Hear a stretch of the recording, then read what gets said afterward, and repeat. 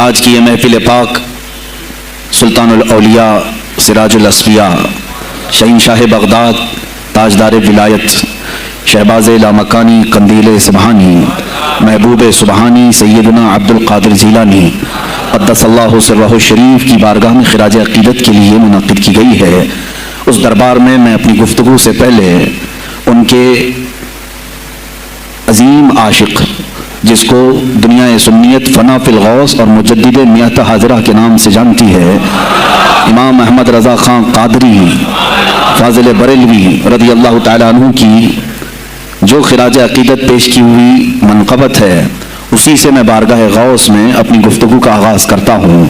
اے سلطان الاولیاء، اے شہنشاہ بغداد، واہ کیا مرتبہ اے غوث ہے بالا تیرا، اونچے اونچوں کے سروں سے ہے قدم اعلیٰ تیرا۔ توجہ، اونچے اونچوں کے سروں سے ہے قدم اعلیٰ تیرا، ارے سر بھلا کیا کوئی جانے کہ ہے کیسا تیرا۔ اے غوث پاک، سر بھلا کیا کوئی جانے کہ ہے کیسا تیرا، اولیاء ملتے ہیں آنکھیں وہ ہے تلوہ تیرا۔ ہم تو ابھی تلوے کو ہی نہیں پہنچ سکے، تمہارے سر تک کون پہنچے ہیں۔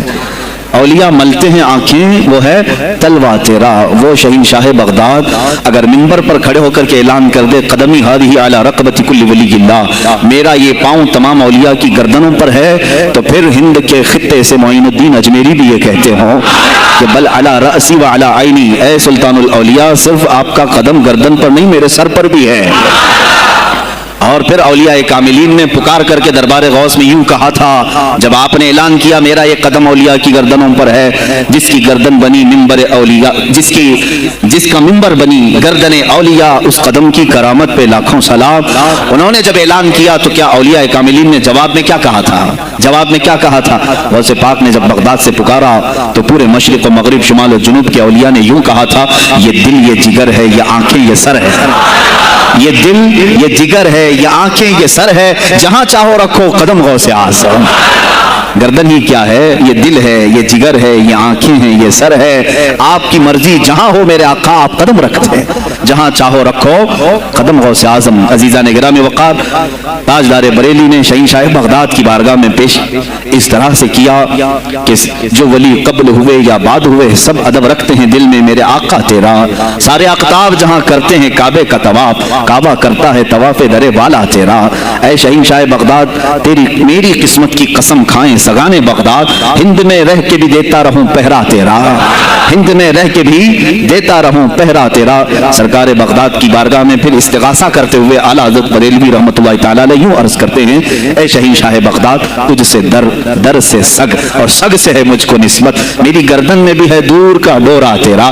اس نشانی کے جو سگ ہیں نہیں مارے جاتے، جس کی گردن میں قادری پٹا ہو، جس کی نسبت سلسلہ قادریہ سے ہو گئی ہو، اس کے لیے اعلیٰ حضرت بریلوی فرماتے ہیں اس نشانی کے جو سگ ہیں، ہم کتا پاک ہیں شہنشاہ بغداد کے، اس نشانی کے جو سگ ہیں نہیں مارے جاتے، حشر تک میرے گلے میں رہے پٹا تیرا۔ اور اے سننے والو، میں نے اپنے آپ کو سگ کہا، کتا کہا، تو کہیں تم اس خیال میں نہ آ جانا کہ کتا معمولی ہوتا ہے۔ آگے اعلیٰ حضرت نے اس کا بھی سبایا کر دیا، کیا دبے جس پہ حمایت کا ہو پنجہ تیرا، کیا دبے جس پہ حمایت کا ہو پنجہ تیرا۔ ارے شیر کو خطرے میں لاتا نہیں کتا تیرا، شیر کی تک پرواہ نہیں کرتا غوث پاک کا کتا۔ تو میں نے اپنے آپ کو کتا کہا تو اس بھول میں نہ رہ جانا کہ کتے کو کوئی بھی مار لے جائے گا، اٹھا لے جائے گا۔ ہم نے کہا ہے دربار غوث کا کتا جو شیر کو بھی خطرے میں نہیں لاتا ہے۔ عزیزان گرامی وقار، بارگاہ غوث میں جو جھوم کر کے اشعار امام احمد رضا خان فاضل بریلوی رحمۃ اللہ تعالیٰ علیہ نے بیان کیے ہیں، وہی ہماری گفتگو کا خلاصہ بھی ہیں۔ سرکار بغداد سیدنا عبد القادر جیلانی رضی اللہ تعالیٰ عنہ، یقیناً آپ کے ولی کامل ہونے پر تقریباً پوری امت کا اتفاق ہے۔ اتفاق کا مطلب صرف بریلویوں کا نہیں، دیوبندی بھی مانتے ہیں، اہل حدیث بھی مانتے ہیں، شیعہ بھی مانتے ہیں۔ غوث پاک رضی اللہ تعالیٰ عنہ کی ولایت سے ان میں سے کسی کا انکار نہیں۔ آج بھی بغداد میں جائیں لنگر بٹ رہا ہوتا ہے، شیعہ بھی کھا رہے ہیں۔ غوث پاک رضی اللہ تعالیٰ عنہ کا لنگر آج بھی بٹ رہا ہے۔ بغداد کی وہ ایک ایسی بارگاہ ہے جہاں سنی اور شیعہ دونوں ہیں، دونوں تسلیم کرتے ہیں ان کی ولایت کو۔ اب رہے بات اہل حدیث کی یا دیوبند کی، ان کی کتابیں اٹھاؤ تو پتہ چل جائے گا کہ غوث پاک کے متعلق انہوں نے کیا کیا نہیں لکھا۔ پیر پیراں، میر میراں، شہنشاہ بغداد، بلکہ شیخ ابن تیمیہ جو ہر ولی کی تنقید کرتا تھا، ہر صوفی پر تان و تشریح کرتا رہا، اس نے اپنی کتاب میں لکھ دیا کہ میرے پاس اتنی تواتر تک، تواتر کہتے ہیں اتنے لوگوں کا بیان کرنا کہ جن کا جھوٹ پر جمع ہونا محال ہو. شیخ ابن تیمیہ کہتا ہے میرے پاس اتنی تواتر سے کسی اور کی کرامتوں کا ذکر نہیں پہنچا جتنا شیخ عبد القادر جیلانی کا پہنچا ہے. الفضل لما شہید به الاعداء، فضیلت تو اس کی ہے جس کی دشمن بھی گواہی دے رہے ہوں. عزیزان گرامی وقار، سرکار بغداد رضی اللہ تعالیٰ عنہ کی ولایت پر تقریباً امت کا اتفاق، بعد میں آنے والے سارے مسلمان انہیں ولی مانتے ہیں. اور یہ اور بات ہے کہ ولایت تک سب کا اتفاق ہے. ایسا ہوا کہ مکہ میں غوث کے مقام کے متعلق الحمدللہ ہم منفرد ہیں اس میں، اس لیے کہ ہم غوث اعظم بھی کہتے ہیں، استغاثہ بھی کرتے ہیں. ایک الگ ٹاپک ہے جہاں شرک بدعت اور کفر کے فتوے لگتے ہیں کہ بریلوی اللہ کو چھوڑ کر اولیاء سے مانگتے ہیں، اور یہ بیویوں سے مانگ لیں تو کوئی حرج نہیں، ہاں اپنے بچوں سے مانگ لیں تو کوئی حرج نہیں، بلکہ چپراسی اور نیتاؤں سے مانگ لیں تو کوئی حرج نہیں. کسی صاحب نے آ کر کے مجھ سے کہا تھا آپ غوث اعظم کیوں کہتے ہیں؟ اعظم اللہ ہوتا ہے سب سے اعظم. غوث کہیں ٹھیک ہے. سلفی صاحب تھے، ہم نے کہا کہ آپ کو سرکار عبد القادر جیلانی کو غوث اعظم کہنے پر اعتراض ہے، لیکن ایک چوڑا چمار ملک کا پرائم منسٹر بن جائے تو اسے وزیر اعظم کہہ دیتے ہیں، کوئی دقت نہیں آپ کو. وہاں اعظم کہتے ہیں آپ، اعظم کہنے میں آپ کو وہاں جھجک بھی نہیں آتی، اور غوث پاک کو اعظم کہنے میں آپ کو شرم آنے لگتی ہے. یہ اپنے اپنے نصیبے کی بات ہے. آپ کا اعظم کوئی اور ہے، ہمارا اعظم کوئی اور ہے. عزیزان گرامی، سرکار بغداد شہنشاہ ولایت سلطان الاولیاء سیدنا عبد القادر جیلانی رضی اللہ تعالیٰ عنہ، ماں کے پیٹ سے ہی ان کو ولایت عطا کی گئی. یہ وہ اولیاء میں سے ہیں جن کا پیدائشی اللہ تعالیٰ نے منتخب فرمایا ہے. بلکہ جس وقت آپ کی ولادت ہوئی شعبان کا آخری دن، اور آپ کی والدہ ماجدہ کے بطن سے آپ اس عمر میں پیدا ہوئے جب عورتوں میں اولاد کی امید ختم ہو چکی ہوتی. آپ کی ماں کی عمر 60 سال کی تھی جب آپ پیدا ہوئے. یہ خود اپنے آپ میں ایک کرامت ہے. اور سرکار بغداد رضی اللہ تعالیٰ عنہ جب جیلان میں پیدا ہوئے تو آپ کا معمول تو دیکھیں، آپ کی ماں خود بتاتی ہیں دوسرے سال غالباً لوگوں کو چاند میں شک ہو گیا، 29 کا چاند نظر آیا کہ نہیں آیا. بعض کہنے لگے ہو گیا ہوگا، بعض کہنے لگے نہیں ہوا ہوگا. تو یوم الشک کہتے ہیں، یعنی 30واں جو شعبان کا ہوتا ہے وہ ایک رمضان بھی ہو سکتا ہے، 30 شعبان بھی. تو لوگ آئے حضرت فاطمہ ام الخیر کے پاس جو غوث پاک کی ماں ہے، پوچھا کہ کل کا چاند ہوا کہ نہیں ہوا، ہمیں شک ہو گیا ہے. آپ نے کہا چاند ہو گیا ہے اور رمضان شروع ہو چکا ہے. کہا کیسے؟ کہا صبح سے میرا بیٹا عبد القادر دودھ کو منہ نہیں لگایا ہے، اور میرے بیٹے کا یہ معمول ہے پچھلے رمضان سے ہی، جس وقت غوث پاک پیدا ہوئے رمضان شروع تھا. ان کی ماں کہتی ہیں سحری سے لے کر افطار تک غوث پاک اپنی ماں کا دودھ نہیں پیتے تھے. یہ بچپنے میں ماں کی گود میں روزے کا آپ کے اوپر کوئی مکلف نہیں تھے، آپ احکام شریعت ابھی آپ کے اوپر لاگو نہیں تھے، لیکن اللہ کا ایک ولی آتا ہے تو وہ نظام خدا قائم کرنے کے لیے آتا ہے. آج میں اسی پر گفتگو کرنا چاہوں گا. اللہ کے اولیاء ظاہر کیوں ہوئے دنیا میں اور کیوں آتے ہیں؟ ان کا سب سے بڑا مقصد دنیا میں آنے کا، جلوہ بار ہونے کا، وہ یہ ہوتا ہے کہ نظام خداوندی کو زمین پر قائم کریں. جس کی کائنات ہے اسی کی بات یہاں پر قائم ہونی چاہیے. اب یہ باتیں وقت کے ساتھ گزرتی جاتی ہیں اور لوگ بھول جاتے ہیں. آپ سب کو پھر میں یاد دلا دوں، میرے عزیز، میں نے بھی اور آپ نے بھی اللہ سے ایک وعدہ کیا ہے. ہماری روحوں نے اللہ سے وعدہ کیا ہے. جب اللہ تعالیٰ نے ہمیں پیدا بھی نہیں کیا تھا اس وقت ہماری روحوں کو بلا کر اس نے ایک وعدہ لیا، الست بربکم، کیا میں تمہارا رب نہیں ہوں؟ میں تمہارا مالک اور خالق نہیں ہوں؟ تو سب کی روحوں نے کہا تھا قالوا بلا وربنا، کیوں نہیں مولا، تم ہی تو ہمارا رب ہے. رب تعالیٰ نے فرمایا کیا تم اسی وعدے پر برقرار رہو گے دنیا میں جانے کے بعد؟ سب نے کہا تھا ہم وعدہ کرتے ہیں مولا اسی پر باقی رہیں گے. یہاں آنے کے بعد کتنے وہ لوگ ہیں جو اس کی ربوبیت کا اقرار کرتے ہوئے اس کائنات میں صرف اس کے گن گاتے ہیں. کفار و مشرکین تو وعدہ خلاف ہیں، توڑ دیے، انہوں نے اللہ کے علاوہ کسی اور کو خدا بنا لیا. لیکن تم نے اللہ اکبر تو کہا، زبان سے تو تم نے تسلیم کیا، لیکن تمہارا رہن سہن یہ بتاتا ہے کہ تمہارا مالک کوئی اور ہے. کسی اور کو راضی کرنے میں لگے ہوئے ہو، کسی اور کی دریوزہ گیری کر رہے ہو، کسی اور کی خوشامدی میں کھڑے ہوئے ہو. درباروں کے آستانوں کے دروازوں پر تمہارا کھڑا ہونا گھنٹوں پر کسی کو راضی کرنے کے لیے، یہ تمہارا عمل بتاتا ہے کہ تم نے رب اعلیٰ کو اکبر نہیں سمجھا. وعدہ تو تمہاری روحوں نے کیا تھا کہ تیرے سوا کسی کو ہم حاکم نہیں تسلیم کریں گے، حاکم اعلیٰ صرف اللہ ہے. اولیاء کاملین یہی بات یاد دلانے کے لیے آتے ہیں، پھر تمہیں یہ یاد دلانے کے لیے آتے ہیں. اور جس شان سے وہ دنیا میں آتے ہیں بچپن سے ہی ان کے حالات ایسے ہوتے ہیں کہ شریعت طاہرہ کی پابندی ان کے ہر قول و عمل میں نظر آتی ہے. ہر قول و عمل میں اس لیے کہ ہم جس کی زمین پر ہیں اور جس کی آسمان کے نیچے ہیں، بات ہوگی تو صرف اسی کی ہوگی، بات ہوگی تو صرف اسی کی ہوگی۔ مجھے ایک بات یاد آتی ہے، سرکار مفتی اعظم ہند رحمۃ اللہ تعالیٰ علیہ، آپ کے سامنے کوئی صاحب تقریر کر رہے تھے، یہ زمین سب کی ہے، ان کی بھی ہے، ان کی بھی ہے، ان کی بھی ہے۔ آپ نے کہا چپ رہو، زمین اللہ کی ہے اور صرف اللہ کا نام ہو۔ یہ سب کی ہمت نہیں بولنے کی، زمین اللہ کی ہے اور اللہ ہی کا، یہاں پر اللہ ہی کی بولی بولی جائے، اسی کے لیے زیب دیتا ہے۔ جس کے گھر میں رہ رہے ہو اسی کی بات کرو۔ عزیزان گرامی اوقات، سرکار بغداد، ان کی کرامات اپنی جگہ پر، لیکن ان کی زندگی کے کچھ اہم گوشے میں لے کر آج حاضر ہوں۔ آج ہمارے حالات کے اعتبار سے بھی ضرورت ہے اس کی۔ جب آپ پروان چڑھتے رہے اپنی ماں کی گود میں، بہت جلدی آپ کے والد گرامی کا انتقال ہو گیا۔ آپ سے خود پوچھا گیا تھا غوث پاک سے، آپ کی جوانی میں یا جب آپ کا شہرہ بغداد میں بہت ہو گیا تب پوچھا گیا تھا، آپ کو اپنے ولی ہونے کا احساس کب ہوا؟ غوث پاک سے ہی پوچھا گیا تھا، آپ کو کب پتا چلا اللہ نے آپ کو ولایت کا یہ مقام عطا کیا؟ آپ فرماتے ہیں جب میں 10 سال کا تھا، مدرسے جاتا تھا تو غیب سے ایک آواز آتی تھی، افصحوا فی المجالس لولی اللہ، غیب سے آواز آتی تھی، اے لوگوں مجلس میں جگہ چھوڑ دو، اللہ کا ولی آ رہا ہے۔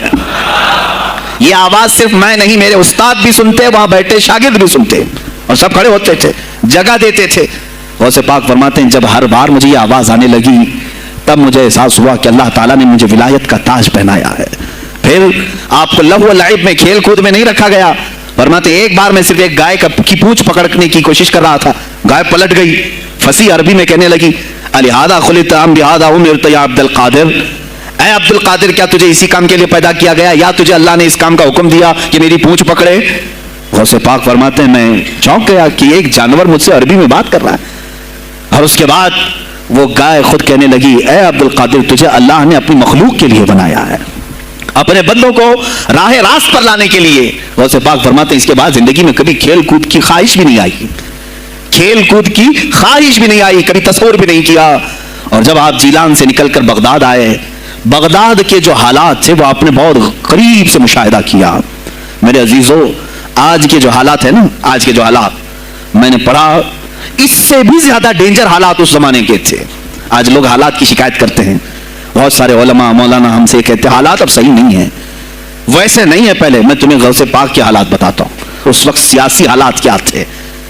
اس وقت سیاسی حالات اتنے خطرناک ہو چکے تھے، بغداد میں شیعوں نے اپنا گڑھ جمایا تھا، یہاں تک کہ ہر عالم پر، ہر وائز پر، ہر امام مسجد پر پابندی تھی۔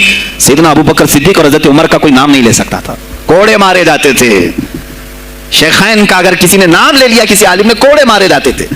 خلیفہ واثق باللہ تک کی تاریخ چلی بغداد میں، اور سلطنتیں ٹوٹ چکی تھیں۔ سیاسی حالات اس قدر خراب ہو چکے تھے، چھوٹی چھوٹی ٹکڑیوں میں بٹ چکے تھے مسلمان۔ مصر کی طرف دیکھیں تو فاطمی حکومت قائم ہو گئی تھی، وہ اپنے آپ کو فاطمی کہہ رہے تھے۔ بغداد میں عباسی خاندان حکومت کر رہا تھا، اور وہ بھی سمٹ کر کے صرف بغداد کے اطراف رہ گئی بس۔ پھر ترکی کی طرف دیکھیں تو سلجوقی خاندان تھا، ایک ایک ٹکڑا حکومت کر رہا تھا، اور یہی آپس میں دست بگریباں تھے، ایک دوسرے سے لڑ رہے تھے۔ اور پھر پلس اس پر ایسا کہ بازنطینی جو عیسائی تھے، صلیبی تھے، ان سلطنتوں کو آپس میں لڑا کر کے اس قدر شدت پیدا کر چکے تھے کہ بغداد والا مصر نہیں جا سکے، مصر والا ترکی نہ آ سکے۔ پھر ادھر بخارا، سمرقند، نیشاپور، یہ جو رشیا میں ہیں آج، ازبکستان وغیرہ میں، یہاں الگ ایک سلطنت قائم تھی، اور ہند میں الگ کفرستان تھا۔ سب جگہ الگ الگ حالات تھے، اور مسلمانوں کے لیے اس زمانے میں ایسے حالات ہو گئے جیسے لاک ڈاؤن ابھی کا سیم۔ میں آپ کو بتا دوں سچویشن، لاک ڈاؤن میں کیا ہوا تھا معلوم ہے؟ یہ ہمارے طلبہ دیکھیں 8 مہینے سے بیٹھے ہوئے ہیں، مدارس میں نہیں گئے، حفظ قرآن کر رہے تھے، عالم دین بن رہے تھے، مدرسے بن رہے ہیں نا، گھروں میں بیٹھے کچھ تو آوارہ گردی کر رہے ہیں۔ اسی طرح کالج کے بچے بھی، اسکول کے بچے بھی، سب چھوٹے ہوئے ہیں لاک ڈاؤن کی وجہ سے۔ سیم یہی سچویشن اس زمانے میں ہوئی۔ بغداد علمی مرکز تھا، کوفہ اور بصرہ علم کے مرکز تھے۔ آپسی رنجشوں کی وجہ سے بادشاہوں کی طلبہ ایک جگہ سے دوسری جگہ کا سفر نہیں کر سکتے تھے، بغداد کے سارے مدرسے بند پڑے ہوئے تھے، کیونکہ طلبہ آ نہیں سکتے۔ کہاں سے آئے تم؟ مصر سے آئے، واپس جاؤ، اس سلطنت میں کیا کر رہے ہو؟ اس طرح کی سختیاں، یہاں تک کہ یہی زمانہ ہے جب حسن بن صباح نام کا ایک ایسا منافق جس نے اس زمانے کے بادشاہوں کو خرید لیا اور کچھ لوگوں کو نشے کا خوگر بنایا، حشیشین وغیرہ آپ نے سنا ہوگا، صلاح الدین ایوبی کا زمانہ ہی ہے، غوث پاک سے صرف 4 سال بعد صلاح الدین ایوبی آئے, صرف 4 سال بعد. اس زمانے میں حسن بن صباح نے ہزاروں نوجوانوں کو نشے کا عادی بنا دیا تھا, ہزاروں نوجوان. اور کیسا نشہ, کوکین افیون وغیرہ سب تو لے کر کے تو لوگ ہوش میں آ جاتے ہیں. وہ ایسا تھا کہ اس نے جو نشہ دکھایا تھا, ایک چھوٹے سے کمرے میں ان کو رکھتا اور انہیں بتاتا کہ یہ درخت ہیں, یہ نہر ہے, یہ محل ہے, یہ حور ہے, تو اسے وہ جنت ہی سمجھتے تھے. اور پھر اس کمرے سے باہر نکالتا اس کو, تڑپ تڑپ کے آدمی مر جاتا کہ مجھے میری جنت میں واپس کرو. وہ جنت نہیں کمرہ ہوتا تھا, لیکن نشہ اسے ایسا کرایا جاتا تھا کہ اس کمرے کو وہ جنت سمجھنے لگتا تھا. اور ان نوجوانوں سے کیا کرایا جاتا تھا, ان کو نشے کا عادی بنا کر کے باہر نکالا جاتا, انہیں ٹارگٹ دیا جاتا, فلاں مجلس میں جاؤ, فلاں خلیفہ کو قتل کرو, فلاں وزیر کو مارو, فلاں سپاہیوں کو مارو, فلاں عالم دین کا قتل کرو. اور وہ اپنا ٹارگٹ پورا کر کے آتے ہیں اس لیے کہ انہیں نشہ چاہیے تھا. وہ 1 دن 2 دن سے زیادہ اس نشے کے بغیر رہ نہیں پاتے ہیں, وہ اپنا ٹارگٹ کرنے کے لیے اپنی جان بھی جوخم میں ڈالتے ہیں. اس طرح کے کئی حملے خلفاء پر کرائے حسن بن صباح نے. اور جانتے ہیں, میں نے آج تاریخ دیکھی, حسن بن صباح نے علماء اہل سنت کو اس زمانے کے 40,000 علماء کو قتل کرایا. کہ وہ زمانہ تھا جب بغداد کا حال یہ تھا کہ نشہ زیادہ ہو چکا تھا, علم دین کے مراکز بند ہو رہے تھے, اور علماء بولنے میں ہچکچا رہے تھے, ڈر رہے تھے, اور سلطنتیں آپس میں ایک دوسرے سے ٹکرا رہی تھی.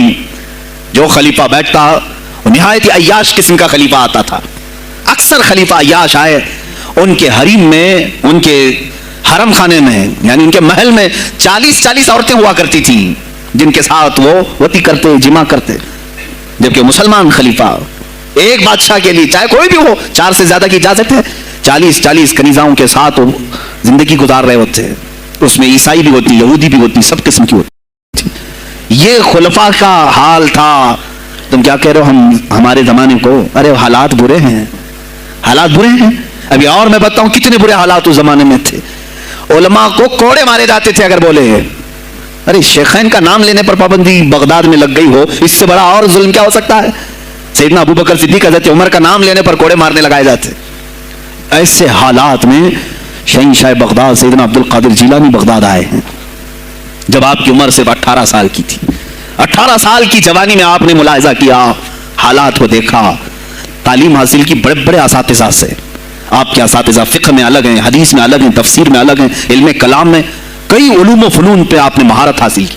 اس کے بعد حالات دیکھ کر کے آپ نے کیا کہا, یہ اب یہاں سے میں ہر ایک عالم دین کے لیے بشمول من میرے لیے نصیحت سمجھتا ہوں, غور سے سن لیں. غوث پاک رضی اللہ تعالیٰ عنہ کی زندگی میں ایک موڑ ایسا آیا, اور شاید میں نے بھی کئی مرتبہ اس طرح سوچا ہے, میں کمپیئر نہیں کر رہا ہوں, لیکن سنیں, حالات کو دیکھ کر کے غوث پاک نے جنگل کا رخ اختیار کر لیا. کیا لینا دینا ہے اس دنیا سے. اور آپ خود فرماتے ہیں کہ میرے دل میں یہ ارادہ تھا, نہ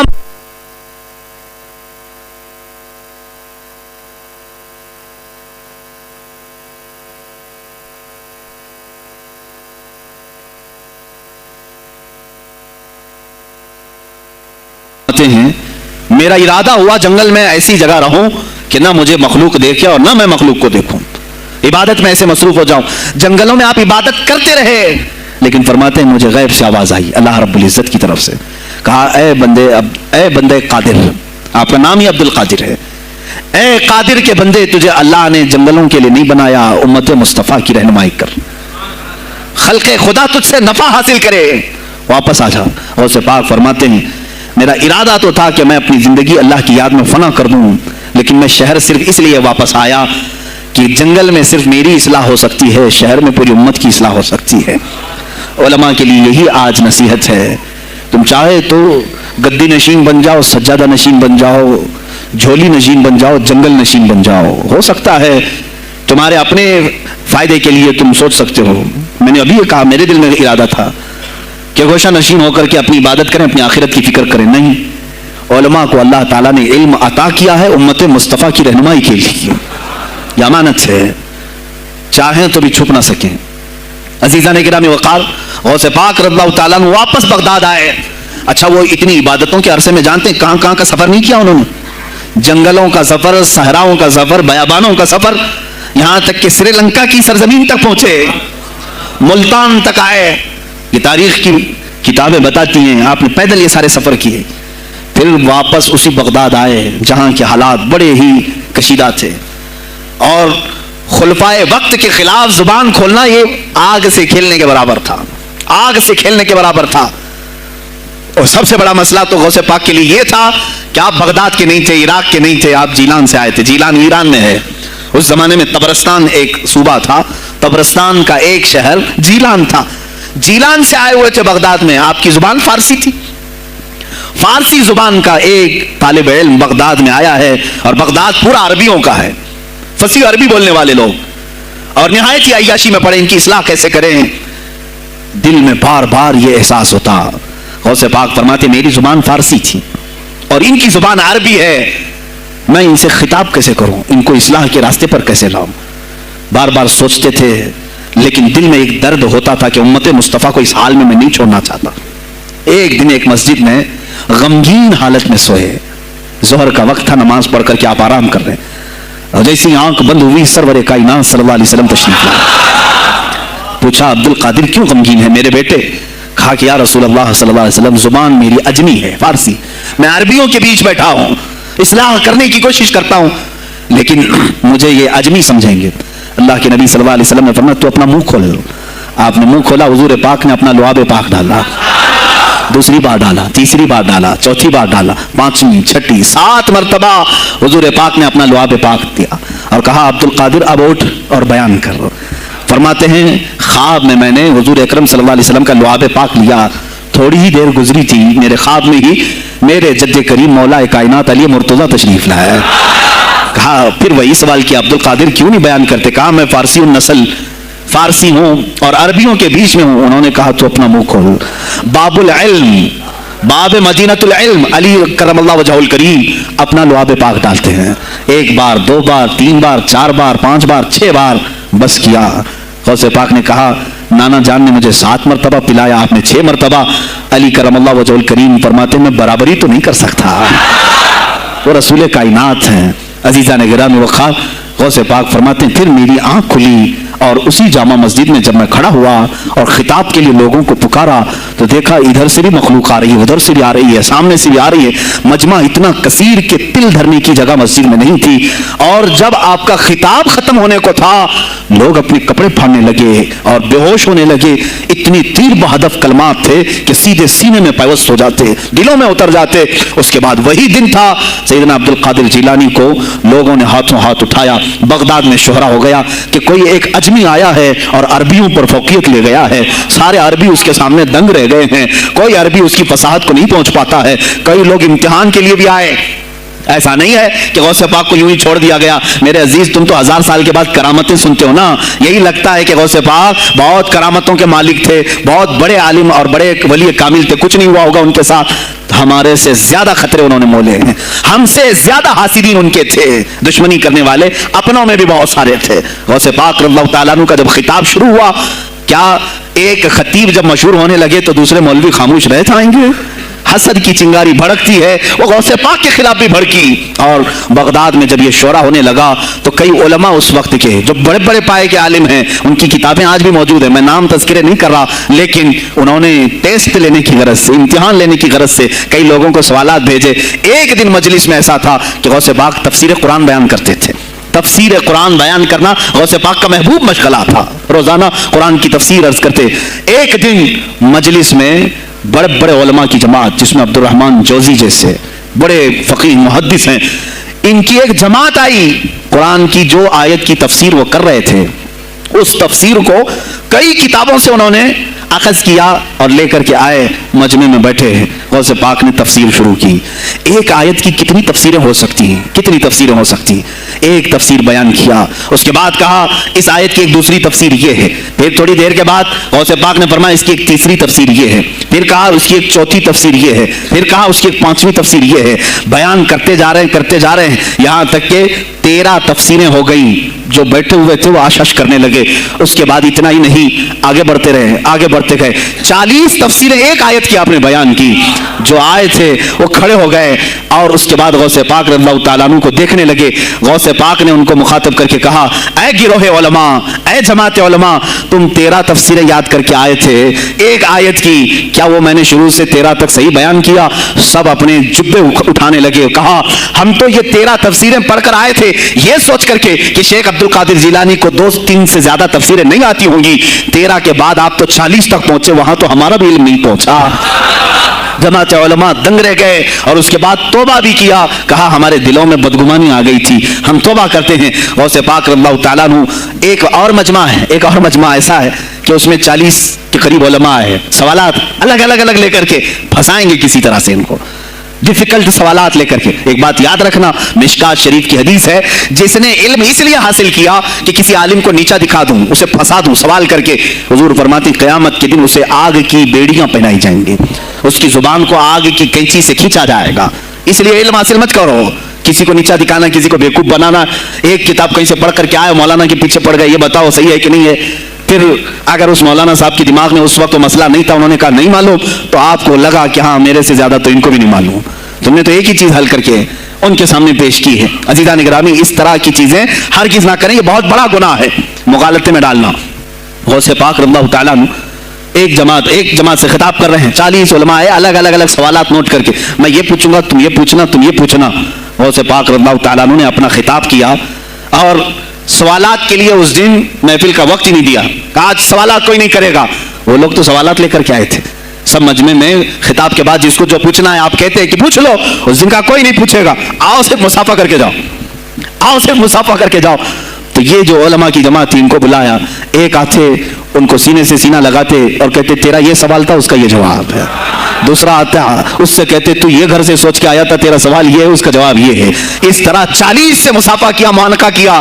ان کے سوالات کے پوچھنے سے پہلے جوابات بھی دے دیے اور اس کے بعد کہا کیا ہے گروہ علماء, تم سوال کرتے اور میں جواب دیتا تو عبد القادر کی کیا اس میں خصوصیت تھی؟ تم سوال بھی نہ کرو, میں جواب دوں, تب پتا چلے گا کہ میں بندہ قادر ہوں, میں قادر کا بندہ ہوں. تم نے سوال بھی نہیں کیا اور میں جواب دوں تو تمہیں احساس ہوگا کہ میں قادر کا بندہ ہوں.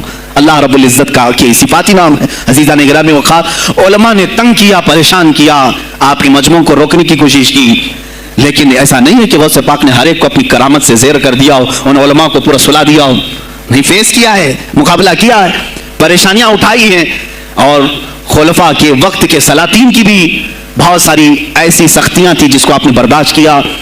کئی لوگوں نے آپ پر پابندیاں لگانے کی کوشش کی تھی. یہ تو سرکار غوث پاک کی استقامت تھی کہ آپ جمے رہے. اور سب سے بڑا کام آپ کا کیا تھا معلوم؟ خانقاہ کے گدی نشینوں, غور سے سنو, جو غوث پاک کا نام لیتے ہیں, سرکار غوث پاک رضی اللہ تعالیٰ عنہ کی اس صفت کو میں بیان کروں تو یہ بغلیں جھانکیں گے. ابھی غوث پاک نے سب سے بڑا کردار کیا کیا جانتے ہیں آپ؟ لوگ کہتے ہیں خانقاہی ماحول قائم کرنا ہے, اللہ اللہ کرو, تسبیح لو, دلوں کی صفائی کرو, سب صحیح ہے, لیکن غوث پاک نے تقریباً 25 سال صرف جہاد پر بیان کیا ہے.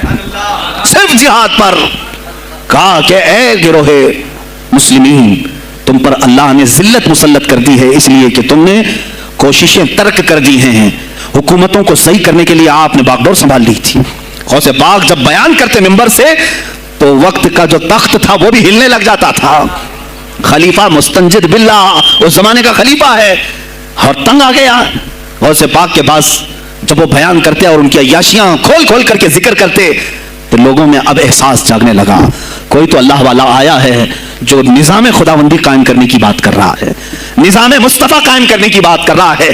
بغداد کی یہ حالات جب ہونے لگے, میرے عزیزو, سلطان الاولیاء غوث پاک کی ہی شہ پر جانتے ہیں صلاح الدین ایوبی جیسا ایک مرد مجاہد پیدا ہوا ہے. یہ آپ کی تحریک تھی, غوث پاک کی تحریک تھی کہ جب بازنطینی عیسائیوں سے آپ نے اپنی پوری امت کو آگاہ کیا کہ تم سو رہے ہو, تم اپنی عیاشیوں میں ہو, تم اپنے نشے میں ہو, تمہارا دشمن طاق میں لگا ہے, گھات لگا کر کے بیٹھا ہے. اور ہوا بھی یہی کہ غوث پاک کے وصال کے صرف 10 سال بعد صلیبیوں نے حملہ شروع کر دیا بغداد پر, مصر پر, ترکی پر, ہر جگہ. اور یہی حملے کی وجہ تھی صلاح الدین ایوبی جیسا مرد مجاہد کھڑا ہوا, اور پھر انہوں نے پورے بیت المقدس کو فتح کر کے اپنے سر ایک صحرا باندھا. آج تک امت اس کے احسان کو یاد کرتی ہے. میرے عزیزوں غوث پاک کے زمانے کے ہیں صلاح الدین ایوبی. اتنا ہی نہیں, آپ ہی کی تحریک تھی, غوث پاک کی تحریک تھی کہ تم جوانوں کو تیار کرو, تمہاری زندگی عیاشی کے لیے نہیں, اللہ کا نظام قائم کرنے کے لیے ہے. تم اللہ کا نظام قائم کرنے کے لیے آئے ہو دنیا میں, کیونکہ اللہ نے تمہیں خلیفۃ اللہ کہا ہے. اللہ کے تم خلیفہ ہو, تم نائب ہو اللہ کے. تم یہاں پر اپنی موج مستی کے لیے نہیں آئے. اب اس زمین پر بات ہوگی تو صرف میرے مولا کی ہوگی, اس زمین پر بات ہوگی میرے مصطفیٰ کی ہوگی. یہ سیدنا عبد القادر جیلانی کا اعلان تھا. ہے کوئی آج پیران اسلام وہ اعلان کریں کہ آج اس زمین پر صرف ہم ناموں سے رسالت کی بات کریں گے؟ کون ہے؟ کیوں بیٹھے ہو؟ غوث پاک سے اگر تمہاری ادنا سی نسبت ہے تو پھر تمہیں اپنے جوانوں کو, اپنے مریدوں کو یہ سکھانا ہوگا کہ موٹے موٹے نذرانے دینے سے نہیں چلے گا, اپنی گردنیں حضور کو پیش کرنے کے لیے تیار کرو. تم تیار ہو جاؤ اپنا خون اور اپنی گردن بارگاہ مصطفیٰ میں دینے کے لیے. یہ آج تربیت دو, ورنہ پھر دشمن تمہیں کچا چبانے کے لیے تیار ہے, کچا چھبانے کے لیے تیار. عزیزان گرامی, میں غوث پاک کی تحریک آپ کو بتا دوں کون سی تحریک تھی. وہ صلاح الدین ایوبی جو بیت المقدس فتح کیا, یہ غوث پاک کی تحریک ہے. اور پھر چند سالوں کے بعد پورے عالم اسلام میں جو خلافت عثمانیہ قائم ہوئی, غازی ارطغرل جو آئے, یہ تحریک بھی غوث اعظم کی پیدا کی ہوئی تھی. آپ نے جوانوں کو متحرک کیا تھا اور پھر امت کا وہ شعور بیدار کیا تھا جو ان میں مردہ کر چکے تھے کچھ حکومت کے کارندے. میں سمجھتا ہوں اس وقت جتنے خلفاء بیٹھے ہوئے تھے خلافتوں پر, تخت پر, جو نام کے مسلمان تھے, یا اس کو ہماری زبان میں سمجھ لیں سب کانگریس کے تھے, جو منافق تھے, یعنی دکھتے تھے بس, لیکن اندر سے سب نفاق ہوتا تھا, نفاق ہوتا تھا. ہمیں صاف کہوں گا, بغداد میں بھی کانگریس کا خلیفہ رہا ہوگا, مصر میں بھی, اور ترکی میں بھی, اور نیشاپور میں بھی, اس لیے کہ مسلمانوں کے خون چوس کر کے تخت پر بیٹھ تو جاتے لیکن پوری زندگی گزر جاتی, میرے مصطفیٰ کا نام تک نہیں لیتے تھے. ان کو بٹھاتے تھے مسلمان. آج آپ بھی تو یہ کر رہے ہیں, یہی کر رہے ہیں. ہم اپنا اپنا سمجھ کر کے جن کو اوپر تک بٹھاتے ہیں, پوری زندگی چھان مار کر کے دیکھ لو کبھی یہ نظام قرآن کی کبھی بات کیا ہے؟ کبھی میرے مصطفیٰ پر آنے والی آنچ کے لیے کھڑا ہوا ہے؟ کوئی نہیں کھڑا ہونے والا ہے. ان کے سفید کرتے اور ان کے سفید پاجامے سب کفن بن کر رہ جائیں گے اور کچھ بھی نہیں ہوگا. عزیزان گرامی وقات, آپ کو سرکار بغداد رضی اللہ تعالیٰ عنہ کی تحریک میں بتاؤں, ترکی سے نکلنے والی خلافت عثمانیہ غوث اعظم کی پیدا کی ہوئی تحریک تھی. اتنا ہی نہیں, آپ کے آخری زمانے میں سرکار خواجہ غریب نواز معین الدین چشتی رضی اللہ تعالیٰ عنہ کی ملاقات بغداد میں ہوئی. معین الدین اجمیری رضی اللہ تعالیٰ عنہ کی ملاقات ہوئی. تاریخ دان نے لکھا, آج میں نے پہلی مرتبہ اس کو پڑھا اور آپ کے سامنے پہلی بار بتا رہا ہوں, سرکار بغداد اور حضرت خواجہ غریب نواز کی ملاقات کے بارے میں بہت سارے باتیں چلتی ہیں کتابوں میں بھی, میں نے اپنے مرشد سے بھی پوچھا تھا. بہرحال ایک تاریخی ایک کتاب سے مجھے آج یہ بات ملی کہ سلطان الاولیاء غوث پاک نے حضرت خواجہ غریب نواز کو کیا وصیت کی تھی, کیا کہہ کر کے بھیجا تھا. ان کے پاس غوث پاک نے, تو غریب نواز نے بہت ساری انعامات, اوراد, وظائف, طرق, اجازات سب حاصل کیے, لیکن ہندوستان جب آئے کیا کیا انہوں نے؟ یہ بھی بتایا گیا کہ غوث پاک کی تحریک تھی. کیا سلطان الہند سرکار غریب نواز نے شہاب الدین غوری کو بلا کر کے ہندوستان میں پرچم اسلام لہرانے کا حکم دیا تھا. یہ تحریک بھی سرکار غریب نواز نے لائی تھی بغداد کے ولی کامل سے. تم کیا سمجھتے ہو یہ اولیاء خالی مسلح لے کر کے گھومتے تھے؟ یا اولیاء اکرام صرف گدی نشین تھے؟ نہیں میرے عزیزو, یہ حکومت وقت کو آنکھ میں آنکھیں ڈال کر بات کرتے تھے اور پھر نظام مصطفیٰ کی بات للکار کر کے کرتے تھے. آج کے زمانے میں کچھ لوگوں نے اولیاء کو ایسا پیش کیا ہے جیسے وہ درویش بس جنگل میں رہتے تھے اور کچھ نہیں. نہیں میرے عزیزو, وہ اللہ کے شیر تھے, اللہ کے شیر تھے. اسی لیے تو اقبال نے کہا ہے اللہ کے شیروں کو آتی نہیں ربائی. وہ کبھی لومڑی پن کا انہوں نے اپنے آپ میں اظہار ہی نہیں کیا کہ نہیں یہ بھی چلے گا وہ بھی چلے گا, کبھی نہیں. وہ گرجتے تھے اپنے تخت پر, اپنی خانقاہوں پر. دیکھیں خلیفہ مستنجد باللہ ابو المظفر اس کو کہتے ہیں, بغداد کا وہ خلیفہ, عباسی خلیفہ, بڑا طاقتور, اور اسی کے زمانے میں غوث پاک ہیں. ایک فارس سے آنے والے اجمی عبد القادر, شیخ عبد القادر, جب بغداد کی جامع مسجد میں بیان کر رہے ہیں در و دیوار ہل رہے ہیں. وہ اپنے خلافت کے دربار میں بیٹھا ہے خلیفہ, اچانک بہت زور کی آواز آئی, پورے محل میں گونج گئی. پوچھا یہ آواز کیسی بغداد میں؟ لوگوں نے معلوم کر کے بتایا کہ شیخ عبد القادر جیلانی نے چھینک ماری, ان کے مریدوں نے صرف جواب دیا ہے. ان کو چھینک آئی تھی, جواب میں لوگوں نے یرحمک اللہ کہا, وہ خلیفہ وقت کے محل تک پہنچ گئی آواز. تو اس نے کہا یہ تو پورا ہلا دینے کی بات ہے. ایک بات یاد رکھو میرے عزیزو, آواز ہو سکتا ہے تمہاری مسجد سے باہر جائے نہ جائے, تمہاری آواز کا دار و مدار تمہارے گلے پر نہیں ہے. ایک بار تم پکارو گے, پہنچانا میرے مولا کا کام ہے. اب ہماری آواز کہاں کہاں تک پہنچتی ہے, کس کے ٹائر پھٹتے ہیں, یہ سب بات کی بات ہے. تم پکار کر کے تو دیکھو. اللہ رب العزت کے نام پر عزیزان گرامی وقار مستنجد باللہ آیا اور وہی کیا جو ہر عیاش کرتا ہے. ظاہر سی بات ہے, مولوی صاحب کچھ لے دے کے چھوڑ دو, جان بخش دو, جاؤ کہیں بیٹھو, آپ اللہ اللہ کرو. کہاں یہ حکومت سیاست کی باتوں میں آپ آ گئے. چند دنوں پہلے میں نے بھی سیاست کی بات کی تو مجھے بھی ایک مشورہ ایسا ہے کہ آپ کو انٹرسٹ ہے ایم پی بننے کا, ایم ایل اے بننے کا. میں نے کہا مجھے انٹرسٹ تو نہیں ہے لیکن کرسی صاف کرنے کا انٹرسٹ بہت ہے, اس پر جو کچرا ہے اس کو صاف کرنے کا انٹرسٹ بہت ہے. انشاءاللہ العزیز وقت آئے گا وہ صاف ہوگی بھی. عزیزان گرامی مستنجد باللہ 10 اشرفیوں کی تھیلیاں لے کر سنے کی غوث پاک کے دربار میں آئے. آپ مریدین کے ساتھ بیٹھے, ارے وہ حال و قال کی مجلسیں ہیں. مستنجد باللہ آیا, غوث پاک کی بارگاہ میں کہا کہ حضور آپ قبول کر لیں, نذرانہ ہے. آپ نے کہا تو رکھ لے اپنا نذرانہ, تو اپنے پاس رکھ لے. کہا کہ ہدیہ قبول کرنا سنت ہے, آپ سنت کے خلاف کرتے ہیں. غوث پاک نے کہا اللہ ایک تھیلی لیا اور اپنے بغل میں دبا کر کے اس کو نچوڑنا شروع کیا تو اس سے خون ٹپکنا لگا. خون اتنا ٹپکنے لگا تو حاضرین مجلس دم بخود رہ گئے. خلیفہ مستنجد باللہ بھی دیکھ رہا تھا. غوث پاک نے فرمایا ابھی تو یہ ایک تھیلی ہے, میں 10 کو نچوڑوں گا تو یہ خون تیرے دربار تک پہنچ جائے گا, تیرے دربار تک پہنچ جائے گا. تو مجھے وہ اشرفیاں دینے آیا ہے جو تو نے غریبوں کے مال کو چوس کر کے حاصل کیا, تو مجھے خریدنے کے لیے آیا ہے. اگر مجھے تیرے خاندان کی حرمت کا خیال نہ ہوتا تو میں آج پورے بغداد کی نالیوں میں اسی کا خون بہاتا. خلیفہ مستنجد باللہ بے ہوش ہو گیا اور اس کے بعد جب ہوش آیا اس نے توبہ کیا اور آپ کے ہاتھ پر بیعت بھی کیا. اب اس کے بعد وہ خلیفہ ایسا پاک ہوا, نظر غوث جو پڑھی. اب اس کے بعد دربار خلافت کے حالات کیا ہو گئے سنیں یار, میں آج سیاست پر بات کر رہا ہوں. اب خلیفہ مستنجد باللہ کا دل جب صاف ہوا, 8 دن کے بعد وہ حاضر آیا. کہا سلطان الاولیاء اے شیخ عبد القادر جیلانی آپ حکم فرمائیں, کہاں کس طرح کا گورنر رکھنا چاہیے, گورنر کس طرح کا ہونا چاہیے. آپ نے غوث پاک نے اپنے خلفاء کو حکم دیا کہ لسٹ بنائی جائے, اسلامی سلطنت میں گورنر کون ہوگا. لسٹ بنی, کہا وہ ہوگا جس کی تہجد قضا نہیں ہوتی, وہ گورنری پر آئے گا جو سنت رسول کو ہلکا نہیں سمجھتا ہوگا, وہ گورنری پر آئے گا جس کی نمازیں کوئی قضا باقی نہ رہی ہوں, اس لیے کہ جو اللہ کا قرضہ باقی رکھے گا وہ لوگوں کا بھی مال کھا جائے گا. آپ نے لکھایا نام, خلیفہ مستنجد باللہ نے آپ کے اشارے پر گورنر پورے تبدیل کر دیے. ہر جگہ پر ایسے لوگوں کو رکھا جو سرکار غوث پاک کے یا تو مرید تھے یا خلیفہ تھے یا شاگرد تھے, اور ان کے دلوں میں اللہ کا خوف تھا اور وہ پورے بغداد اور آس پاس کی سلطنتوں کو سنبھالے ہوئے تھے. ایک وقت ایسا آیا کہ وہی چند سال پہلے جو بغداد نشے میں ڈوبا ہوا تھا, 10 سالوں کے بعد لوگ کہنے لگے کہ آج بغداد ایسا لگ رہا ہے جیسے عمر بن خطاب کا زمانہ آ گیا ہو, عمر بن خطاب کا زمانہ آیا ہو. تم نے تو غوث پاک کی 11ویں کھائی ہے نا, اصلاح حکومت تم سے نہیں سیکھا. وہ آئے تھے نظام تبدیل کرنے کے لیے. آج میں علماء سے بھی یہی کہوں گا, تم حق بات تو پہنچاؤ قوم تک. آج حالات ایسے ہیں میرے عزیزوں, ڈر اور خوف ان کے سینوں پر تاری ہوا. کس بات سے ڈرتے ہو؟ کیا تم نے اللہ کی ذات پر ایمان نہیں لائے؟ یہ نہیں کہتے ہو موت و حیات اللہ کے ہاتھ ہے, رزق اللہ کے ہاتھ ہے, پھر ڈرتے حکومت وقت سے کیوں؟ مجھے ابھی چند دنوں پہلے ایک میسج یہ بھی آیا تھا کہ حضرت آپ تو پاکستان کے علامہ خادم حسین کی تعزیت پر بیان کر رہے ہو, آپ دیکھ نہیں رہے یہاں کا ماحول کیسا ہے.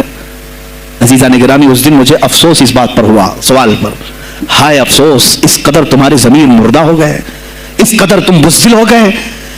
لاکھوں لوگوں کے دلوں میں شمع عشق مصطفیٰ جگانے والے پر تمہاری زبان بند ہے, تمہاری زبان بند ہے. میں نے صرف ایک جملہ کہا, کوئی فرق نہیں پڑتا, میں اس ملک میں رہ رہا ہوں جہاں کا پرائم منسٹر ایک سور خبیث فرانس کے صدر کے لیے ٹویٹ کر سکتا ہے, تو میں پڑوسی ملک کی کسی عاشق رسول کی تعزیت کیوں نہیں کر سکتا, کیوں نہیں تعزیت کر سکتا؟ اگر ہندوستان کی تخت پر بیٹھنے والے کو فرانس کے صدر سے کوئی دلی عشق ہے, محبت ہے, تم اس کی معشوقہ ہو یا محبوبہ ہو, مجھے فرق نہیں پڑتا, لیکن اتنا ضرور ہے عاشق رسول مشرق میں ہو, شمال میں ہو, جنوب میں ہو, مغرب میں ہو, جب اس کی روح جائے گی تو ہماری بھی روح تڑپے گی. ہماری ڈور بندھی ہوئی ہے مدینۃ الرسول سے. میرے آقا صلی اللہ علیہ وسلم کی جو بات کرے گا وہ پھر کسی بھی ملک کا باشندہ ہو. تم کہتے ہو تعزیت کے لیے, ارے میرے عزیز اگر میں سامنے ہوتا تو اس کے قدموں کی خاک میں اپنے امامے پر رکھتا.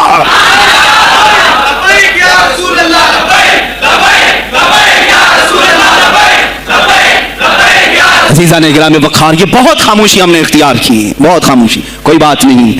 تم دیکھو گے حالات خراب ہونے کی جو شکایات آج کر رہے ہیں علماء، تم سب کے سب جاؤ گے. مجھے ابھی بچوں نے بتایا کوئی کانگریس کے لیڈر کا انتقال ہو گیا تو پیر صاحب تعزیت کے لیے باہر کھڑے ہو گئے، باہر آ گئے. ہم ان کی تعزیت کرتے ہیں. ڈوب مرو چلو بھر پانی میں، تمہاری گدی پہ ہی مر جاؤ. تمہاری زبانوں پر جب عاشق رسول کے لیے تعزیت کے الفاظ آنے میں ہچکچاہٹ آتی ہے، کون سا عشق رسول، کون سا کلمہ تم نے پڑھا ہے؟ غوث پاک کی اگر تمہارے اندر ذرا برابر بھی نسبت ہے تو میں کہوں گا میرے عزیزو، سلطان الاولیاء غوث پاک عاشق رسول ہی نہیں، فنا فی الرسول تھے. میرے نبی کی بات پر اگر کوئی انگلی بھی اٹھاتا آپ یا تو اپنی کرامت سے اس کا منہ توڑ جواب دے دیتے. کسی عیسائی نے صرف یہ کہا تھا میرے نبی عیسیٰ افضل ہے، مردوں کو زندہ کرتے تھے، آپ کو جلال آیا، کہا محمد افضل نہیں ہے اس لیے کہ وہ مردے زندہ نہیں کرتے تھے، آپ اس کا ہاتھ پکڑ کر قبرستان لے گئے. میرے نبی پر بات کرتا ہے، میں تجھے زندہ کر کے دکھاتا ہوں. اپنی کرامت سے مردے کو زندہ کر کے دکھایا. اب بول کون افضل ہے، عیسیٰ افضل ہے کہ میں افضل ہوں؟ تو نے تو عیسیٰ علیہ السلام کو مردے زندہ کرتے دیکھا تو نہیں، لیکن عبد القادر کو سامنے دیکھا. غوث پاک نے کہا میں اپنا موازنہ عیسیٰ علیہ السلام سے نہیں کرتا ہرگز، لیکن یاد رکھنا میرے نبی پر اگر زبان کھولے گا تو عبد القادر اپنے قدم سے اس کو جواب دے گا. وہ جواب دیتے. آپ کی زندگی ناموس رسالت کی حفاظت کے لیے گزری ہے. سلطان الاولیاء غوث پاک رضی اللہ تعالیٰ عنہ کی بارگاہ میں جب ایک سوال آیا کہ لوگ کہتے ہیں نبی ہر جگہ کیسے حاضر ہو سکتے ہیں، آپ نے خود کر کے دکھا دیا. کوئی صاحب آئے، کہا ہمارے گھر دعوت ہے آپ تشریف لائیں، کہا ٹھیک ہے آتا ہوں. تھوڑی دیر بعد دوسرے آئے، کہا ہمارے گھر دعوت ہے آپ آئے. سیم ٹائم پہ کئی 70 لوگ آئے، سب کی دعوت قبول کی. دوسرے دن شام میں لوگ آ کر کے فخر کر رہے ہیں آج میرے گھر شیخ عبد القادر جیلانی آئے تھے. دوسرا کہہ رہا نہیں میرے گھر آئے تھے، تیسرا کہہ رہا میرے گھر آئے تھے. ایک وقت میں سب گھروں پر کیسے؟ سبوں نے کہا انہیں سے پوچھتے ہیں وہ کہاں گئے تھے. جب لوگ آئے تو سننے میں یہ آتا ہے کہ آپ ایک درخت کے نیچے بیٹھے تھے. لوگ سوال کرنے کے لیے آئے، سب آپس میں کہہ رہے ہیں ہمارے گھر آئے تھے، ہمارے. آپ بتائیں کیا کس کے گھر گئے تھے؟ تو انہوں نے کہا درخت کے اوپر دیکھو. تو لوگوں نے درخت کے اوپر نگاہ ڈالی تو دیکھا ہر پتے پر شکل عبد القادر نظر آ رہی ہے. فرماتے ہیں اللہ نے عبد القادر کو یہ اتنی قدرت دی ہے کہ بیک وقت وہ کئی جگہوں پر حاضر ہو سکتا ہے. تو جب ایک غلام رسول کو اللہ نے یہ طاقت دی تو رسول مختار کو کتنی طاقت دی ہوگی. انہوں نے ناموں سے رسالت کو واضح کیا ہے. میرے عزیزو، اولیاء کاملین اسی لیے آتے ہیں، وہ نبی کا پرتو بن کر کے آتے ہیں. اور آج ان کے نام کی 11ویں کھا کر کے موٹے ہو رہے ہیں، بس اور کچھ نہیں. اور لوگ یہ سمجھتے ہیں نفس کو موٹا کر کے تم اپنی زبانوں میں گھی لگا چکے ہو، بولو گے تو پکڑے جاؤ گے، بولو گے تو تمہارے اوپر کیس ہو جائے گا. ہو نہیں تو میرے عزیزو آج تو حالات ایسے ہیں. میں رو پڑا کل جب مجھے یہ رپورٹ ملی کہ صرف ہندوستان کی سوشل میڈیا پر 25,000 پوسٹ میرے نبی کی شان میں گالیاں دی گئی ہیں. 25,000 لوگوں نے گستاخی کی ہے. تم بھی تو رات بھر انٹرنیٹ چلاتے ہو، پورا کا پورا وقت اپنے موبائل میں صرف کرتے ہو. جانا ہے تمہیں بھی میرے آقا کی بارگاہ میں، یاد رکھنا حضور پاک صلی اللہ تعالیٰ علیہ وسلم کے دربار میں جانے والے ہو اور تمہارا کوئی عذر قبول نہیں کیا جائے گا. حضرت سعد بن ربیع کی وہ بات مجھے یاد آتی ہے. جنگ احد میں حضور کی حفاظت کے لیے لڑتے لڑتے میدان میں ایسے آ گئے تھے کافروں کے کہ آپ کے گوشت کے ٹکڑے اڑ رہے تھے، جسم کے گوشت کے ٹکڑے اڑ رہے تھے. میرے آقا دیکھ رہے تھے. شام کا وقت ہوا، احد کا میدان، ہوازیں، سناٹا، 70 لاشیں پڑی ہوئی تھی صحابہ کی. اللہ کے نبی نے پکارا میرے سعد کو ڈھونڈو، کہاں ہے سعد، کہاں ہے؟ صحابہ کہتے ہیں ہم آواز دینے لگے سعد تم زندہ ہو، رسول تجھے بلا رہے ہیں. حضرت سعد بن ربیع 7 لاشوں کے نیچے دبے ہوئے تھے اور سانسیں بھی چل رہی تھی، سانسیں چل رہی تھی. صحابہ نے جب آواز دینا شروع کیا کہ رسول پاک یاد کر رہے ہیں، وہیں سے وہ حرکت کرنے لگے. اندر سے آواز دی اے جوانوں سعد زندہ ہے، میں یہاں لاشوں کے نیچے دبا ہوا ہوں. ہٹائی گئی لاشیں تو دیکھا ان کے جسم میں کچھ بچا ہی نہیں تھا، کچھ نہیں تھا، سب پھٹ چکا ہے. پیٹ کو تک چاک کیا گیا ہے، سانسیں باقی. سعد بن ربیع کہتے ہیں اے صحابہ شاید میں رسول اللہ تک نہیں پہنچ پاؤں گا، حضور اونچے ٹیلے پر بیٹھے ہوئے ہیں، شاید نہیں پہنچ پاؤں گا. میرا سلام میرے نبی تک پہنچا دینا، حضور تک پہنچا دینا. لیکن آنے والوں کو کیا کہا جانتے ہیں؟ میں اے جوانوں تم سب سے کہوں گا آج کے حالات میں. سعد بن ابی ربیع کہتے ہیں اے صحابہ میں تو جا رہا ہوں، میری آخری سانسیں ہیں، لیکن اگر تمہاری آنکھیں چمکتی رہی، تمہارے جسموں میں جان باقی رہی اور میرے نبی پر اگر کسی نے انگلی اٹھائی اور گالی دی، میں قیامت کے دن اسے نہیں چھوڑوں گا. اور یاد رکھنا اللہ کی بارگاہ میں تمہارا کوئی عذر قبول نہیں کیا جائے گا اگر تمہارے جیتے جی تمہارے نبی کی ذات پر کسی نے کیچڑ اچھالا. حضرت سعد ربیع اتنا کہہ کر کے انتقال ہو گئے، وہ حضور تک پہنچائے بھی نہیں جا سکے. اے میرے عزیزو، اے جوانوں، تم کیا سمجھتے ہو کہ تم دنیا سے اسی طرح نکل جاؤ گے؟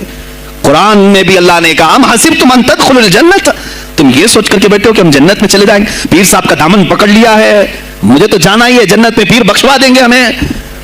تم برس میں ایک مرتبہ 11ویں کر کے اور فاتحہ نیاز کر کے سمجھتے ہو اسلام کا حق ادا کر دیا.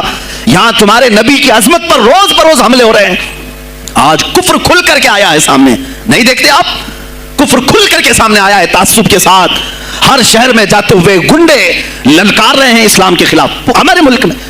اگر میں کھل کر کے آیا تو میرا کیا جرم ہے اس میں؟ میرا کیا قصور ہے اس میں؟ کیا آپ بھی میں نہ بولوں؟ ہاں آج تمہارے پاس طاقت ہے، پاور ہے، جو کچھ بھی اثر اور رسوخ ہے، اس سے زیادہ کیا کرو گے کہ تم مجھے جیل میں بند کر دو گے؟ میں کل کی تفسیر میں بھی یہی کہا. ایک مولانا صاحب نے کہا کیا آپ اتنا بول رہے ہیں، آپ پر ایسے ایکٹ لگائے جائیں گے کہ زندگی بھر آپ کی ضمانت ہی نہیں ہوگی. آپ پر ایسے قانون لگائے جائیں گے کہ آپ کی زندگی بھر ضمانت ہی نہیں ہوگی. میرا دل یہ کہتا ہے اے لوگوں، اس طرح جی کر فائدہ بھی کیا؟ ایسی آزادی کس کام کی جس میں روز اٹھتے ساتھ میرے نبی کی شان میں گستاخیاں ہم سن رہے ہوں اور حضور کو کوسا جا رہا ہم کھاتے پیتے گھوم رہے ہوں؟ اس سے بہتر ہے کہ جیل کی کوٹری میں ہم زندگی گزار لیں، کل بارگاہ مصطفیٰ میں اٹھنے والا چہرہ تو رہے ہمارے پاس. اگر اللہ کے نبی صلی اللہ تعالیٰ علیہ وسلم نے سوال کر لیا پکڑ کر کے کہ تیرے زندگی میں، تیری جوانی میں مجھ پر تو لوگ رنگیلا رسول کہہ رہے تھے، تو کیا کہہ رہا تھا؟ تو کیا کہہ رہا تھا اس زمانے؟ تم کیا کہو گے؟ اے اللہ کے نبی، میں مزدور تھا، میں کچھ نہیں کر سکتا تھا، میں غریب تھا، کام کاج کرتا تھا، میں کچھ نہیں کر سکتا تھا. یاد رکھو اس وقت میرے آقا تمہارے سامنے بلال حبشی کو لا کر کھڑا کر دیں گے. یہ کیا تھا بلال؟ یہ تو غلام تھا. اس کی پیٹھ پر سل رکھ کر کے پیٹھ گلا دی جاتی، تب بھی اپنی زبان پر میرا نام لینا نہیں چھوڑتا تھا. تم کون سی مزدوری کی شکایت لے جاؤ گے؟ بہانہ کرو گے اللہ کی بارگاہ میں، رسول کی بارگاہ میں بہانہ کرو گے؟ اے گروہ علماء، تم کو اللہ نے ممبر دیے ہیں خطابت کے لیے، اللہ نے اپنے رسول کا ممبر تمہیں دیا ہے، اس لیے نہیں کہ تم حکومت کی خوشامدی کرو، تم اپنے وقت کے طاغوتی قوتوں کی خوشامدی کرو، اس لیے نہیں، بلکہ آج تم سے قوم مصافحہ کر کے ہاتھ چومتی ہے صرف اس لیے کہ تمہاری زبان پر نام مصطفیٰ ہے. آج علماء کی جو عزت ہے صرف اس لیے، تمہاری پگڑیاں، تمہارے جبے دیکھ کر کے قوم عزت نہیں کرتی، صرف اس لیے ان کے دلوں میں تم مچلتے ہو کہ تم مصطفیٰ کریم کی باتیں کرتے ہو. علماء کو جاننا چاہیے کہ تمہاری عزت نبی سے وابستہ ہے. آبرو ماذا نام مصطفیٰ است، ہماری آبرو، اقبال نے کہا تھا ہماری آبرو نام مصطفیٰ سے وابستہ ہے. اگر اسی نام کو کسی نے چھیڑا تو پھر ہمارا جی کر مطلب کیا ہے؟ ہم کس کام کے؟ میں ایک مثال سے سمجھاتا ہوں. مسجد ہے، دیوار کے پینٹ کو اگر کسی نے کھرچ لیا تو ہو سکتا ہے معاف کر دیں، ہم اس کو چھوڑ دیں. کسی نے لکیر نکال دی دیوار پر، ہم چھوڑ دیں اس کو. لیکن میاں وہ ہمارے سامنے آ کر پلر ہلانے لگ گیا، مسجد کا یہ پلر توڑنے لگ گیا، خاموش بیٹھو گے؟ اور اگر تم خاموش بیٹھے تو اس کا انجام کیا ہوگا؟ اس نے پلر ہلایا تو صرف پلر نہیں ٹوٹے گا، یہ چھت پورا سب کے اوپر گرے گا. آج ظالم کفار پورے تمہاری جڑ کو ہلا رہے ہیں، میرے نبی کی ذات کو، سیدھے مصطفیٰ کریم کی ذات کو ہلا رہے ہیں. اللہ کے حبیب صلی اللہ تعالیٰ علیہ وسلم کی ناموس کو ہلکے میں مت لینا میرے عزیزو. لاکھوں جانیں جاتی ہیں، جائیں اسلام پر، حضور اکرم صلی اللہ تعالیٰ علیہ وسلم کی ذات کو ہلکے میں مت لینا. اور اگر انہوں نے ہلانا شروع کیا ہے اگر حضور کی ذات پر، حیرت ہو رہی، 25,000 پوسٹ تم میں سے کس نے کمپلینٹ کی ہے؟ سائبر کرائم کو کمپلینٹ کر سکتے تھے. ہمارے جذبات کو ٹھیس پہنچا ہے. ہم آزاد ملک میں رہ رہے ہیں، میرے نبی سے چھیڑ چھاڑ کیوں ہو رہی ہے؟ کسی نے آواز اٹھائی؟ کچھ ہیں اللہ ماشاء اللہ، کچھ علماء، کچھ وکلا اس کے پیچھے لگے ہوئے ہیں. لیکن میرے عزیزو، ہر مسلمان کا یہ ہے تمہاری نسبت رسول پاک سے ہے. اب انہوں نے ہلانا شروع کیا تو انتظار کرو، جس دن یہ چھت گرے گی عذاب بن کر سب پیچھے جائیں گے، سب اس میں گرفتار ہوں گے. انشاءاللہ العزیز ہم مہم چھیڑیں گے اس بات کی. اگر آج تم کثرت میں ہو تو اس کا کیا مطلب؟ جو چاہے تم کر لو گے. ہم اتنے گئے گزرے تو نہیں ہیں کہ ہمارے نبی کے اوپر بھی تم چلے جاؤ. ہاں ہمیں رون دیا، ہمیں مار دیا، ہمیں قتل کر دیا، سب برداشت کر لیا، لیکن اب اس سے آگے نہیں برداشت کریں گے انشاءاللہ العزیز. میں آواز دیتا ہوں اسی منبر سے، اے گروہ علماء، اے جماعت صوفیہ، اے خانقاہ کے گدی نشینوں، باہر آؤ حکومت وقت سے ایک مطالبہ یہ کرو. اے حکومت وقت کے تخت پر بیٹھنے والوں، ہمارے ہند میں پارلیمنٹ میں بھی ایسا قانون پاس کرو کہ کوئی میرے نبی کی ذات پر بھونکے تو اسے موت کی سزا ہو جائے. ہم یہ چاہتے ہیں. اگر اس قانون کو تمہیں لانے میں کچھ زندگیوں کی ضرورت ہے تو یہ فقیر حاضر ہے اور میرے ساتھ بھی کچھ تمہارے لیے حاضر ہوں گے. لے لو ہماری جانیں اور ایک قانون ایسا بنا دو تاکہ قیامت تک پھر یہاں پر کوئی نہ بھونکے میرے نبی کی ذات پر. تم قانون صرف میرے نبی کے لیے نہیں، تم اپنے دیوی دیوتاؤں کے لیے بناؤ، شانتی سے رہو. ہم نے کبھی تمہارے خلاف بھوکا نہیں ہے، ہم نے کبھی دیوی دیوتاؤں کو چھیڑا نہیں ہے، اس لیے کہ اسلام اس کی اجازت نہیں دیتا. ہم گالی نہیں دیتے، ہم اسلام کی حقانیت سے بیان کرتے ہیں. لیکن خاموش رہنے کی یہ سزا ہمیں دی جا رہی ہے کہ ہمیں گالیاں دیتے دیتے یہ اب ہمارے نبی تک پہنچ گئے, ہماری ماں عائشہ صدیقہ تک پہنچ گئے, اور ہمارے تمام اکابرین اسلاف تک پہنچ گئے, اور 25 کروڑ کی تعداد میں خاموشی یہ اچھی نہیں ہے میرے عزیزو, اچھی نہیں ہے. آج افسوس اسی بات کا ہے جن کو اللہ تعالیٰ نے اپنے نبی کی نیابت عطا کی ہے, وہ نائب رسول ہیں یا کسی خانقاہ کے گدے نشین ہیں. تم یہ مت سمجھ لینا کہ تمہارے آبا و اجداد کمال کے تھے, بزرگان دین تھے, تم چھوٹے جاؤ گے. نہیں, سوال تو ہوگا, تمہیں سوال ہوگا, مجھ سے بھی ہوگا. میں یہ نہیں کہہ رہا ہوں کہ میں کوئی الگ ہوں, سوال ہوگا. آؤ سر جوڑ کر کے ہم اس سلسلے میں کوشش کریں. غوث پاک رضی اللہ تعالیٰ عنہ کا یہی میسج تھا. ہندوستان میں شہاب الدین غوری نے جو پرچم اسلام لہرایا, وہ آج تک اس کی دین ہے کہ مسلمان زندہ ہیں, مسلمان باقی. پوری دنیا میں نظام کو صحیح کرنے کے لیے آواز اٹھانا, یہ بھی اولیاء کاملین کی بات ہے, ان کی صفات ہیں. صرف اپنی خانقاہ میں اللہ اللہ اور ذکر کرانا ہی ان کا کام نہیں تھا, وہ دلوں کو تو دھلتے ہی تھے, لیکن جو نظام سنبھال رہا ہوتا اس کی باغ ڈور کو بھی دھلتے تھے, اس کی بھی صفائی کرتے تھے. تو اللہ کا ڈر رکھنے والا کرسیوں پر آئے, جو کسی کا خون چوسنے والا نہ آئے. عزیزان گرامی وقار, اپنے سیاسی شعور کو بھی بیدار کرو, سیاست کو سمجھو. تم کب تک استعمال ہوتے رہو گے؟ اب اس میں علماء کو بھی آنا چاہیے کہ ان کے سیاسی شعور کو بیدار کرے. تمہارے ساتھ آج جو کھیل کھیلا جا رہا ہے, تم ہر ایک کی جے وجے کرتے ہوئے ہر پارٹی کے پیچھے جاتے ہو. تم نے آج تک اپنا قائد نہیں ڈھونڈا, اپنا قائد نہیں ڈھونڈا. اور ان کو دیکھو, وہ کہتے ہیں کہ اگر پیٹرول 200 لیٹر بھی ہو جائے تو ہمارے قائد تو یہی ہیں, اس لیے کہ ہمارا ہم مذہب ہے, وہ ہمارے مذہب کی بات کرتا ہے. تمہارا کون ہے میرے عزیز؟ تم کسی پر متفق نہیں ہوتے, اور جو تمہارے لیڈر ہیں وہ کسی اور کے پلو میں چھپے ہوئے ہیں, ہاں کسی اور کی گود میں بیٹھے ہوئے ہیں. جا جا کر کے یہ سارے مسلمانوں کو کسی اور کے ہاں بیچ کر کے آتے ہیں. یہ سیاسی شعور بیدار کرو. مجھے معلوم ہے میری یہ باتوں کا سب سے زیادہ ایکشن کون لے گا, مجھے معلوم ہے. سب سے زیادہ کس کو کھلبلی مچے گی وہ بھی مجھے معلوم ہے. اس لیے کہ میں ان سیکولر پارٹیوں کے بارے میں بول رہا ہوں جو چہرہ سیکولر بتا کر کے ہم آپ سب کے ووٹ لے کر کے چلے جاتے ہیں, اور پھر مجھے بتاؤ جن کو تم اپنا مسیحا سمجھ کر کے ان کے پیچھے جے جے کرتے گھومتے رہتے ہو, تمہارے مذہب پر آج کیا حملے نہیں ہوئے ہیں, کیا نہیں ہوئے. کشمیر آج تک جل رہا ہے. کہاں یہ کانگریس کیوں نہیں بات کرتی ہے جو پورے مسلمانوں کی مسیحا ہے؟ کہاں ہے وہ سماجوادی, وہ بی ایس پی, فلاں فلاں فلاں جو پارٹیاں جن میں سب مسلمان جاتے ہیں؟ کیا ان کو اتنا بھی شعور نہیں کہ وہ پارلیمنٹ میں اس کے خلاف بات کریں, کہیں کہ یہ مسلمانوں کے ساتھ ظلم ہو رہا ہے, ہم ان کے ووٹ لیتے ہیں؟ نہیں بات کریں گے. یہ صرف اور صرف تمہیں استعمال کرتے ہیں, اور انہیں معلوم بھی ہے ہم نے ان سب کو خریدا ہے, ان کے لیڈروں کے منہ میں اپنی زبان رکھی ہوئی, یہ کوئی بولے گا نہیں, انہیں معلوم ہے. تمہیں یہ اندازہ نہیں میرے عزیزو. آج میں بولوں تو لوگوں کو تکلیف ہوگی. کشمیر کے ایسے حالات ہیں, رو رہے ہیں وہاں پر. ایک مولانا ہے, مسجد کے امام ہیں, انہوں نے کہا, باضابطہ حلفیہ کہا نوجوان میرے پاس نماز کے لیے آتا تھا, اس نے یہ کہا کہ حضرت کیا سوسائڈ کرنے کی اجازت ہے؟ کہا کیوں؟ کہا میرے گھر میں کچھ لوگ داخل ہوئے, میں ان کا نام ذکر نہیں کر رہا ہوں, کچھ لوگ داخل ہوئے, مجھے ہاتھ باندھ کر کے کھڑا کیا, میری ماں اور میری بہن کو ننگا کیا, میرے سامنے کپڑے اتارے اور ان کی عزت لوٹی, اور اس کے بعد مجھے ہاتھ کھول کر کے چھوڑ دیا. مجھے بتائیں اس کے بعد بھی جینے کا کوئی مقصد رہتا ہے؟ مجھے بتائیں اس کے بعد بھی جینے کا کوئی حاصل ہے؟ یہ سب تمہارے ساتھ بھی ہوگا.